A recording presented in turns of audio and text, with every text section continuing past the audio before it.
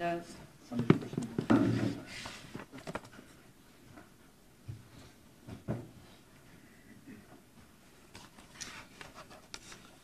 I just had a briefing with the county officials here in Collier County. The National Hurricane Center is reporting that Hurricane Irma remains a dangerous and life-threatening Category 5 storm with winds of 185 miles per hour. That's a big storm. I just talked to President Trump, and he's offered the full resources of the federal government. This storm is massive, and the storm surge is predicted will go on for miles. In some instances, it could cover homes and go very far beyond or inland. Right now, Irma is traveling about 16 miles per hour, and the track now has it forecasted to directly impact the Florida Keys on Sunday as a devastating major hurricane. The Florida Keys should be prepared to start feeling the effects of this storm as early as Friday night and early Saturday. Storm surge and extreme winds are the biggest concern right now. This storm is bigger, faster, and stronger than Hurricane Andrew. Many of you here experienced Andrew. This storm's strength far exceeds that. We are being very aggressive in our preparation for this storm, and every Floridian should take this storm seriously and be aggressive to protect their family. It's important to not focus on the exact path of the storm right now. A storm of this size could have effects statewide, and everyone has to be prepared.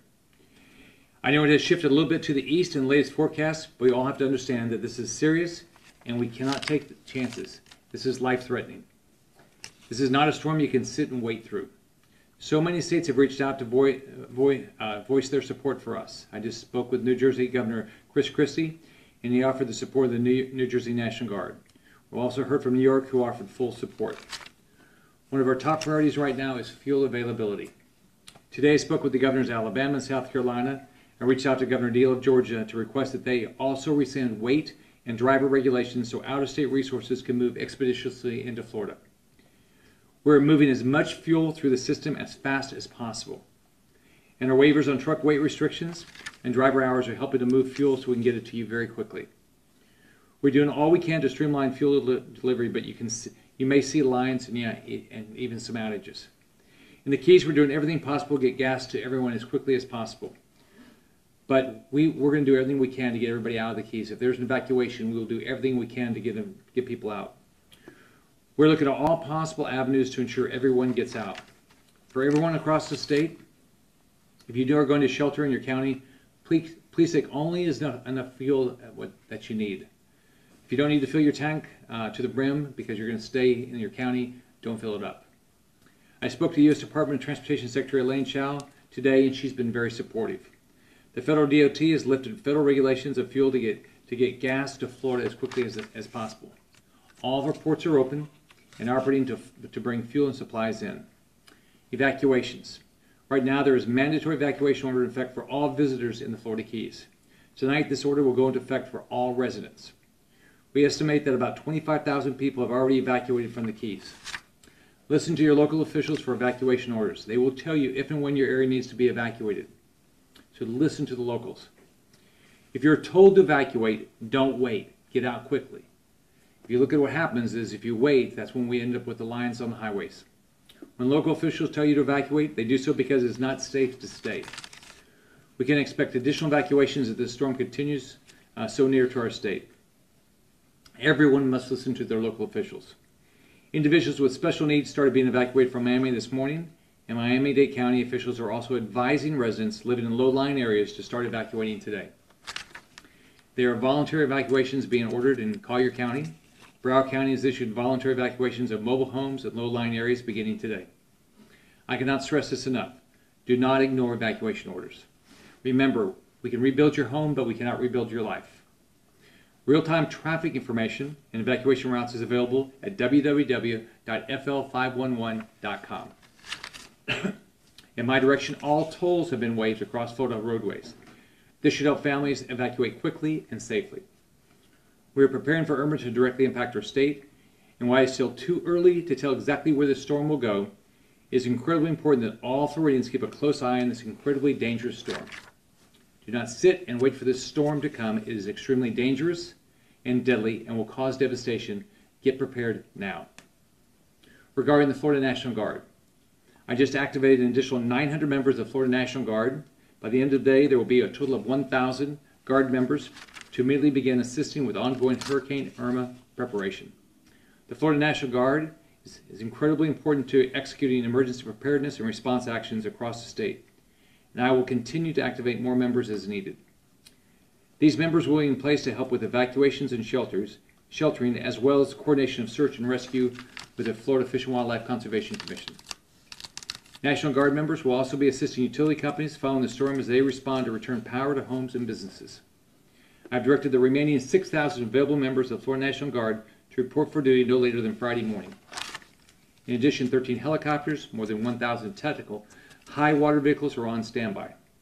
The Florida National Guard is coordinating with other states and the National Guard Bureau to ensure approximately 30,000 troops, 4,000 trucks, 100 helicopters, and air evacuation crews are ready to support our state. The Florida Fish and Wildlife Conservation Commission is preparing search and rescue teams for potential deployment. FWC has more than 200 officers standing by for the first wave of response based on potential storm impacts. 30 teams with supporting resources such as trucks, coastal and river patrol boats, ATV, and shallow draft boats are preparing for evacuation support, search and rescue missions, or any additional needs. The Florida Department of Law Enforcement, FWC, the Department of Highway and Safety, and other partnering agencies are identifying resources for deployment and response. The Florida Highway Patrol is monitoring road and traffic conditions to ensure roadways are clear. FDLE has established 18 emergency response teams for deployment to impacted areas and 7 logistics and planning teams. Each FDLE region is staffing its regional law enforcement coordination team in advance of the storm to assist local law enforcement with any needs. Utility providers. I've been in constant contact with the Florida utility providers. They're already working on staging and asset allocation so they can return power as quickly as possible following the storm. They are actively pre-positioning resources throughout the state and in neighboring states. We know from previous storms how incredibly important it is for power to be restored as quickly as possible. I will continue to be talking with them often throughout the day, and I've urged county and city officials, including sheriffs and police chiefs, to reach out to their utility providers so we can all work together in response to Irma. Lake Okeechobee. Water levels in Lake Okeechobee are being lowered as well as the surrounding canals. Routine inspections of the Herbert Hoover Dike are taking place, and additional inspections will begin once the lake approaches 17 feet. The lake is currently at 13.68 feet. Based on current rainfall forecast, at this time, we have no major concerns with the dike, but we remain in constant contact with the South Florida Water Management District and the U.S. Army Corps of Engineers to monitor this. Shelters. If you are evacuating from the Keys, you can shelter at Florida International University. We are working hand in hand with the counties to ensure that shelters are available for other communities who may need to evacuate. There is absolutely no reason for anyone not to evacuate if you're ordered to do so. Shelters will be available, and you should follow the directions of local officials to go to the shelter that fits your needs. Families can go to floridadisaster.org/info to learn where shelters are in your area. Comcast will be opening more than 137,000 free Xfinity Wi-Fi hotspots throughout the state for individuals in need, including non-Comcast customers. For a map of these hotspots, visit xfinity.com/Wi-Fi. AT&T and Verizon are also helping with hotspots. The state is staging supplies such as meals, shelter support trailers, and water at the State Logistic Resource Center in Central Florida for deployment as needed. We will be pre-positioning these goods once we have a better understanding of the path of the storm. Last night I spoke to U.S. Health and Human Services Secretary Tom Price, who told me that HHS has pre-positioned medical support personnel and has disaster medical assistance teams en route to Florida. These rapid response teams aid in the provision of medical care to those in need after the storm. We have seen reports on the news of grocery stores being out of water. Retailers are working as quickly as possible to fill grocery shelves with water and other emergency resources. All weight and driver restrictions have been waived and tolls are waived. This is helping them. We've been in touch with retailers and more supplies are on the way. If you visited the store yesterday and found a great shortage, you should go back today to get your supplies once everything has been replenished. And they're going to continue to replenish their stores. What we need now is we need volunteers. We need more volunteers. I encourage all Floridians that can volunteer to do so to help prepare and respond to this storm. Volunteer Florida has 43 community emergency response teams on standby to deploy to the areas of need. American Red Cross teams are arriving in Orlando for staging with 26 tractor trailers at the State Logistics Resource Center, 150 trailers at the State Farmers Market, and 100 emergency response vehicles staged in North Florida. The Red Cross is also sending 1,000 volunteers to Florida. The Salvation Army is also on standby with 32 cooking units in Florida, and additional supplies staged and awaiting deployment in neighboring states. The Florida Baptist Convention has 35 kitchens on standby, ready to feed 35,000 meals per day. Floridians can go to volunteerflorida.org to sign up for volunteer opportunities, but we need more volunteers. So far, more than 2,000 Floridians have signed up to volunteer, which is great news and shows the true colors of our state during emergencies. We need to help each other. Volunteers make a huge difference in these emergencies and help with shelters, food distribution, and response efforts. Your efforts could make the difference a family needs to get through this storm. Regarding school closures, to find out if your school district is closing, please visit Florida Department of Education website at fldoe.org, or you can call your superintendent. State offices in Monroe County are closed until further notice. State offices in Miami-Dade, Broward, and Lee counties will be closed tomorrow until further notice. State office closures in all other counties will follow the direction of county officials and will be announced as they are determined. I have directed state offices in all 67 counties to be closed on Friday. Every family needs to have a plan. Have a disaster preparedness kit and be ready today. Do not sit and wait. Prepare right now. We don't know what's going to happen. Prepare right now. For details on how to create a personalized plan, please visit floridadisaster.org/get-a-plan.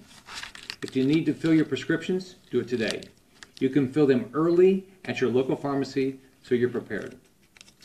We are working closely with our federal and local partners to make sure our communities have all the resources they need. We are 100% focused on making sure Floridians and visitors have timely information on this storm, and we will continue to closely monitor Hurricane Irma and issue updates throughout the next few days. But I cannot stress this enough. Get prepared. Know your evacuation plan. Listen to the local officials. This storm has the potential to devastate our state, and you have to take this seriously. Take care of your families. Remember, we can rebuild your home, but we cannot rebuild your life. This is a life-threatening storm, and protecting life is our absolute top priority. Cada familia tiene que tomar este huracán en serio. Tienen que tener un plan, 3 días de agua, alimentos y las medicinas que necesiten. Como gobernador, mi prioridad es que todos en la Florida estén seguros y preparados. When I was back in my business life, I went through Andrew.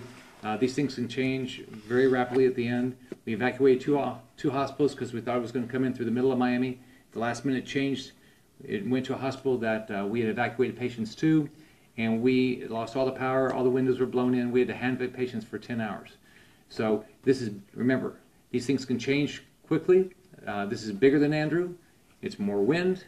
It's bigger in size, and there's a potential of significantly more storm surge. So this is a big storm, so take the time now to get prepared and listen to what your local officials are saying. I'll be glad to answer any questions anybody has. Yes, sir. Governor, with regards to price gouging, we've had some viewers call us with concerns. How does the state enforce those laws? So you can call either to the Attorney General Pam Bondi, and Pam Bondi is very aggressive at prosecuting anybody that price gouges. You can call your local state attorney.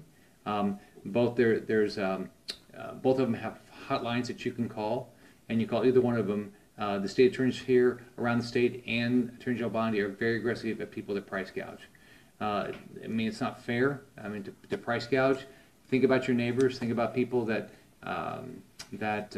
this is the time of need. Do not take advantage of people. It's a wrong thing to do. Yes, sir. Governor Scott, have you spoken to the president lately, and what has he told you? I spoke to him about 20 minutes ago, and I spoke to him over the weekend. I worked with the White House to get a pre-landfall declaration on Tuesday, I guess it was. It's hard to get these days straight on Tuesday, and just spoke to him a few months ago, and he said, "Look, anything you need, we're going to make sure we get it for you." The cabinet members, I've been talking to a variety of them. I talked to Elaine Chao about an hour ago, runs Department of Transportation. Talked to Tom Price last night. They're telling me they're going to get us all the resources. FEMA's working with us in our operations center in Tallahassee. The key is we all have to work together. State, local, and federal all have to work together because we've got to share resources. No different than what we expect everybody else to do. We need families to work with each other. If anybody's in need, all government agencies have got to do the same thing.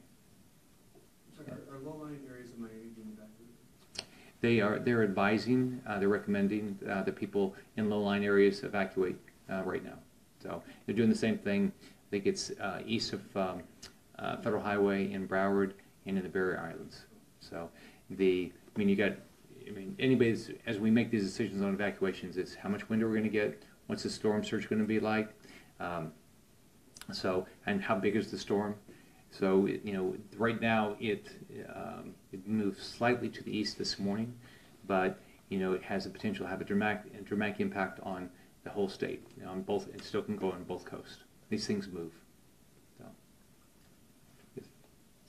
Many local businesses like the Key West Express and other businesses, they want to go down to the Keys to help people out because there's only one way out, and that traffic is really going to start building up. But the docks are closed for them to be able to get to the Keys. Do you plan on perhaps opening up some docks so private businesses can go help evacuate people Sure. out? I'll look into that. Right now, I was in the Keys this morning. Right now, the Highway 1, which allows, just a way to get out, it was not packed. Our real concern right now in the Keys is people need to leave, and then just make sure there's fuel availability. So we're gonna continue to do everything we can. The North Carolina National Guard came in with C-130s. We're evacuating the hospital down there this afternoon, and so it's right now we're evacuating it. Their problem is going to be storm surge. The problem is wind. There's very few buildings that are ready for a Category 5 storm, 185 miles an hour, and plus they're very low. So but we're providing it. But I'll look into that. Anyways, thanks everybody.